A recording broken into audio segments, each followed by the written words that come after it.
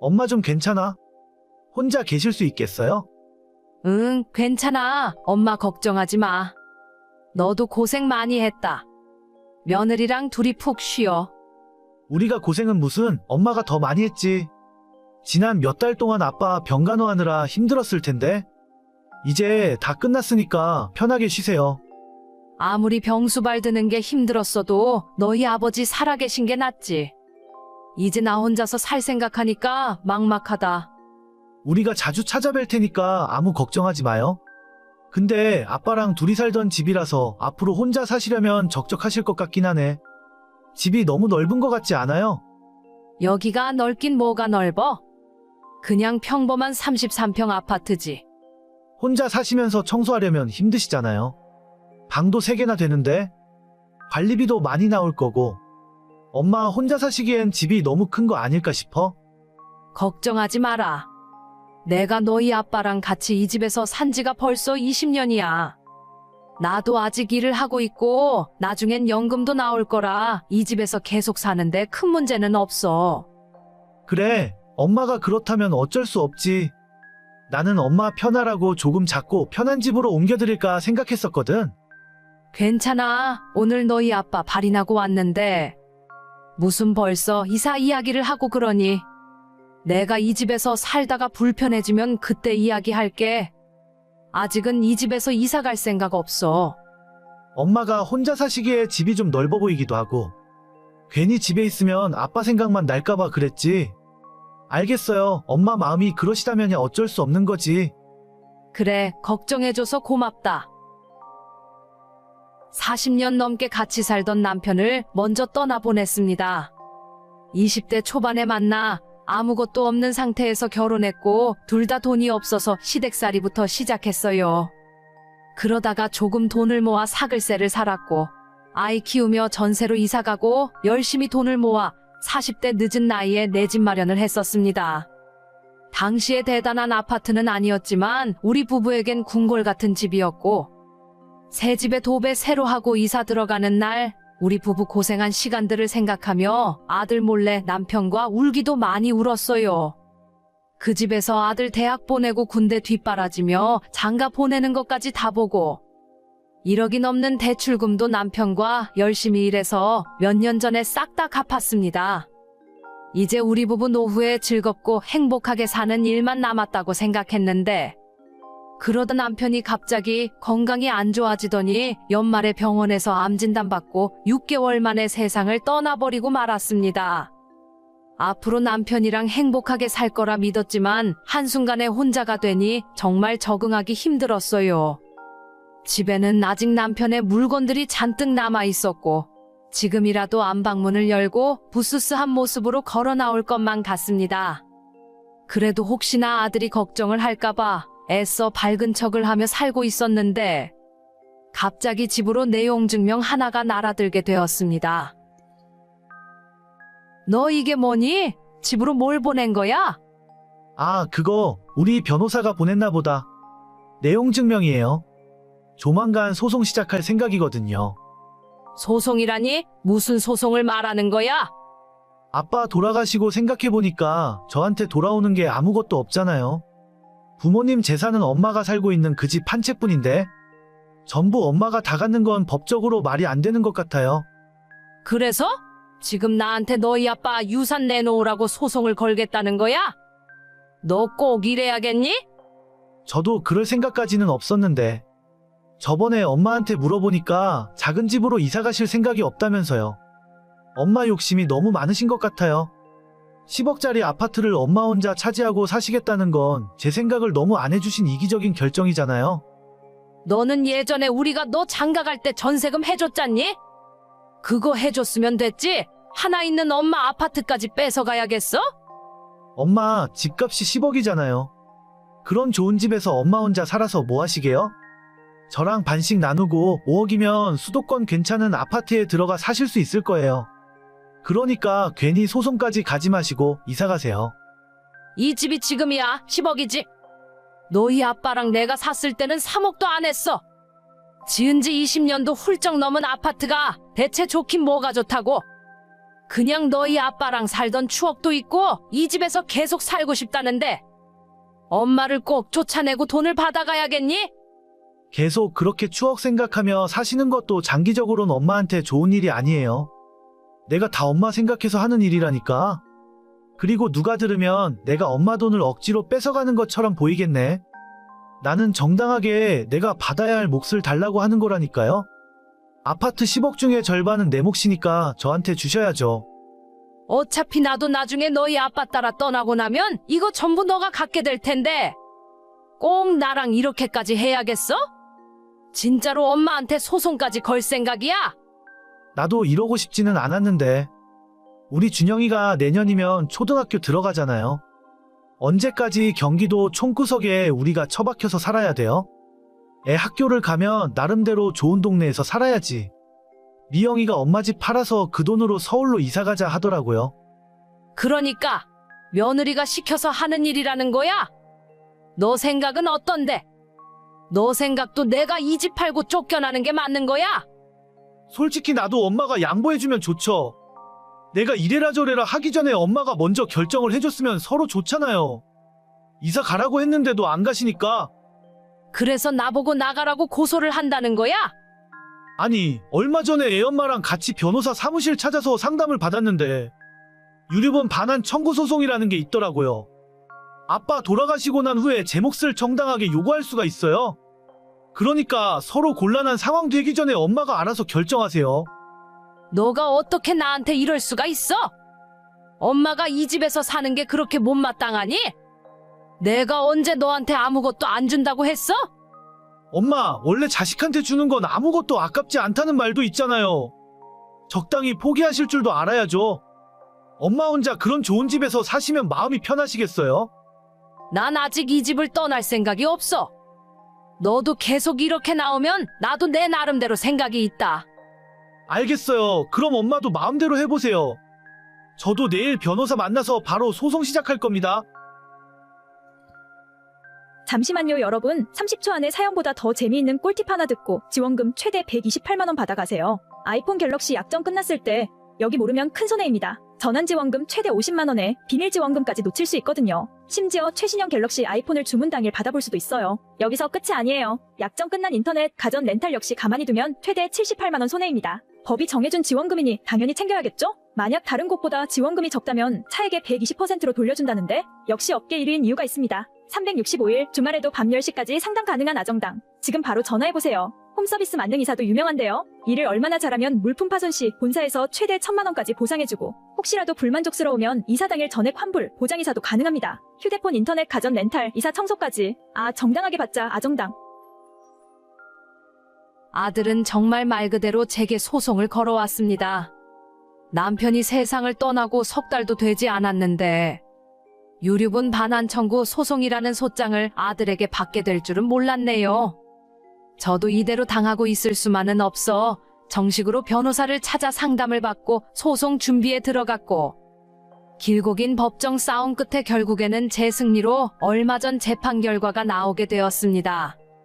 배우자가 받은 유산 증여는 자식이 반환 청구를 할 수 없다고 하더라고요.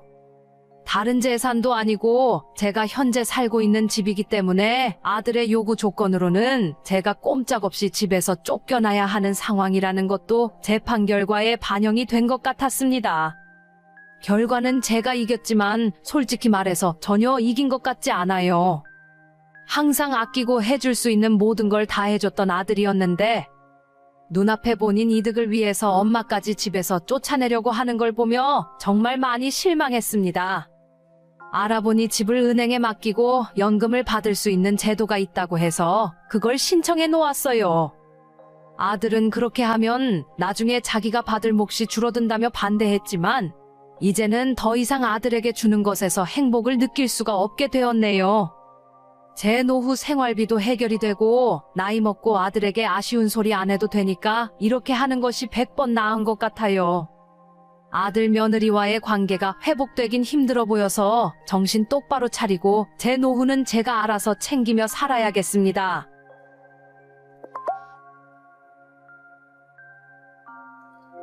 동서, 어머님 이제야 우리 집에서 떠나셨어. 식사 한번 하러 오시면 주말 내내 떠날 줄을 모르신다니까? 원래 우리 오늘 오후에 애들이랑 공원 가기로 했는데 어머님이 눈치 없게 저녁 때까지 계시는 바람에 아무것도 못하고 집에만 있었잖아.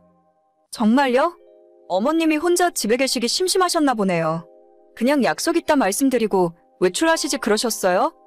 아유, 말도 마. 그 노인네. 어쩜 그리 능구렁이 같은지. 아마 우리가 외출해야 하는 거 처음부터 알고 있었을걸? 옆에서 손자가 밖에 나가자고 심심하다고 난리를 부리고 있는데도 꼼짝도 안 해. 완전 독한 노인네야? 그러길래 왜 갑자기 어머님 댁 근처로 이사를 가셨어요? 멀리 계셨을 때는 자주 안 봐도 됐었을 텐데. 뭘 모르는 소리. 어머님이 이제 사시면 얼마나 사시겠어? 이럴 때 옆에서 알랑방귀 끼고 잘 보여야 뭐라도 하나 더 떨어지지. 동서도 정신 똑바로 차려. 그 여우 같은 신우들한테 다 뺏길 순 없잖아? 막말로 나중에 어머님 돌아가시고 나면 재산은 누가 지내? 동서랑 내가 지내야지. 신우들은 시집가고 출가회인인데. 그건 그렇죠. 저는 그래도 어머님 댁 근처로 이사 가면 남편이랑 제가 직장이 너무 멀어져서 힘들 것 같아요. 그냥 하던 대로 해야죠, 뭐. 아유, 내가 원래 이런 이야기 잘 안 해주는데 동서가 너무 순진해 보여서 충고 하나 하는 거야. 위로 누나가 셋이나 있고 형도 하나 있는데 그런 집에 막내 며느리로 들어왔으면 눈치 빠르게 움직여야지. 예전에 시아버님 돌아가셨을 때 일부러 아무것도 안 나눠주신 것 봐.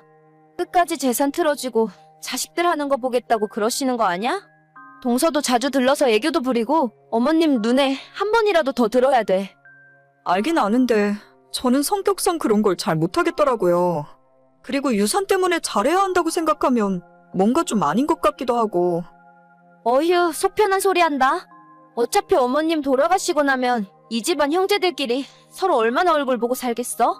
지금도 신우들이랑 못 잡아 먹어서 안달인데 눈 딱 감고 1년 2년만 고생하면 땅이라도 한 평 우리한테 더 주실 거 아냐?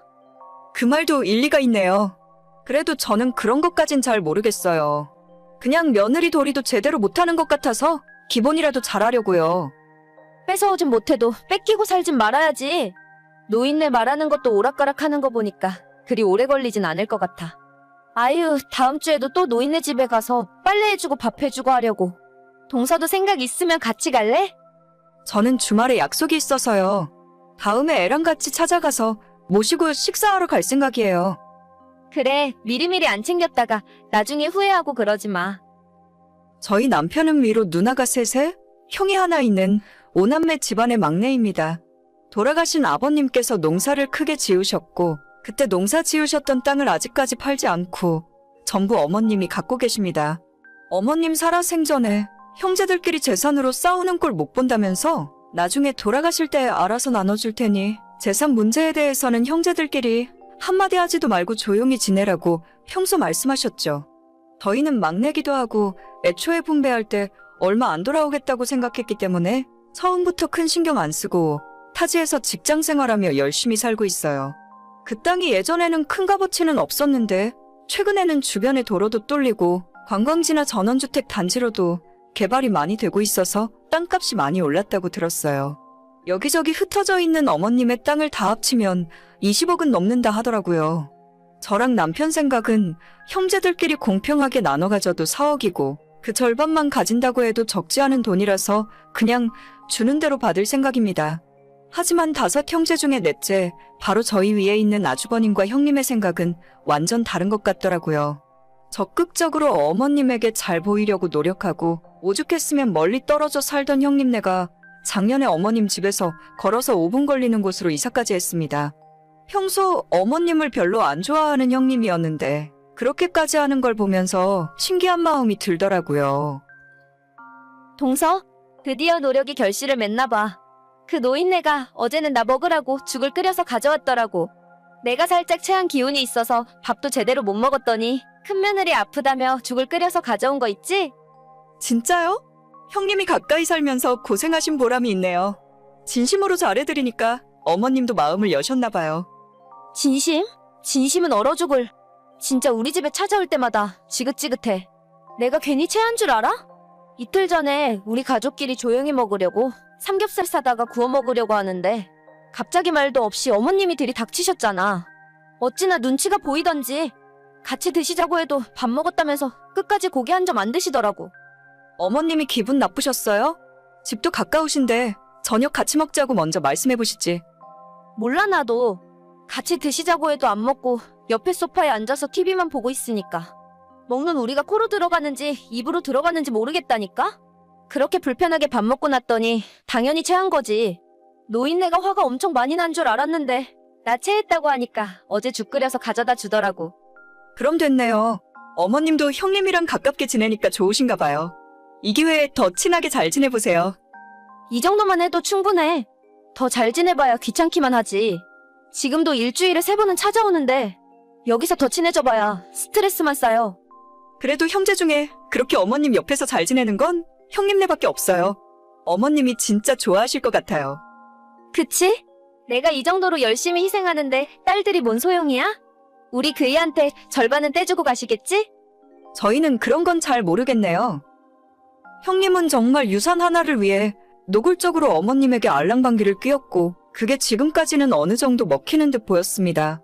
어머님의 연세도 진작 80이 넘었는데다 저희를 포함해서 나머지 딸들도 전부 멀리 떨어져서 살았기 때문에 자주 찾아뵙고 옆에 있어주는 건 오직 형님네 부부뿐이었거든요. 솔직히 유산에 아무 관심이 없는 건 아니었지만 만약 저보고 저렇게까지 하라고 하면 절대 못할 것 같아요. 그냥 형님이 더 많이 가지시던 말던 상관없었고 어차피 어머님이 정하시는 거라서 옆에 가까이 있어주는 형님네가 점수를 더 따는 것이 당연한 일이라 생각했습니다. 그런데 얼마 전 저희 부부가 모처럼 주말에 어머님을 모시고 같이 식사를 하던 중이었어요.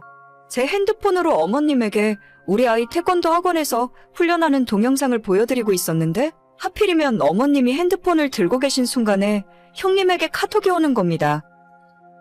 오늘 어머님 만나서 같이 식사한다면서?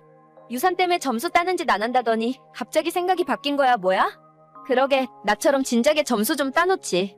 그 노인네가 성질은 고약해 먹었어도 막상 조금만 잘해주면 금방 넘어와.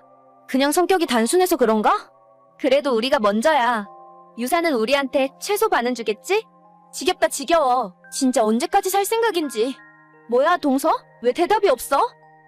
저 어머님 옆에서 같이 핸드폰 화면을 보고 있었는데 등줄기로 식은땀이 흐르는 걸 느낄 수 있었습니다. 평소에 저는 어머님 뒷담을 거의 안 한다고 생각했었는데 형님이 저렇게 이야기하니까 왠지 저까지 나쁜 사람 되는 것 같아서 너무 민망하고 긴장되더라고요. 어머님께서 조용히 우리 아이 태권도 하는 동영상을 끝까지 보시고는 아무런 말씀 없이 저한테 핸드폰을 넘겨주셨어요. 그리고 남은 식사 시간 동안 어머님은 별 말씀 없이 식사를 마치셨고 저희가 차로 집까지 모셔다 드리는 동안에도 한 말씀도 하지 않으셨습니다. 차에서 내려서 어머님께 인사드리면서 제가 죄송하다고 말씀을 드렸지만 어머님은 괜찮다며 신경 안 쓴다고 하시더군요. 왜 하필 그 타이밍에 카톡을 보낸 건지. 형님을 원망하며 집으로 돌아왔는데 저녁 늦게 또다시 핸드폰이 울렸습니다. 동서! 아까 어머님이 내가 보낸 문자 보셨어? 아, 우리의 태권도 하는 모습 보여드리고 있었는데 형님이 그때 카톡을 계속 보내셨어요.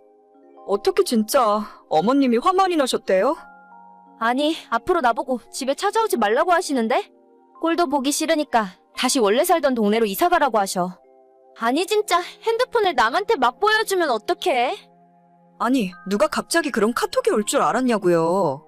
어머님 만나고 있는 거 뻔히 알면서 그런 소리를 하시면 어떡해요? 나 진짜 어떡해. 완전 망했어. 이번에 단단히 찍힌 것 같은데 어머님이 내 얼굴도 보기 싫은가 봐. 일단 무조건 잘못했다고 가서 빌어보세요. 안 그래도 아까 남편이랑 둘이 찾아갔어. 근데 문도 안 열어주시고 꼴 보기 싫으니까 오지도 말래. 나 진짜 망한 거지? 그치? 어머님 유산을 노리고 마음을 얻기 위해서 마음에도 없는 알랑방귀를 뀌던 형님은 한 번의 실수로 완전 망해버리고 말았습니다. 지금 살던 집 내놓고 다시 이사 준비를 하고 있어요.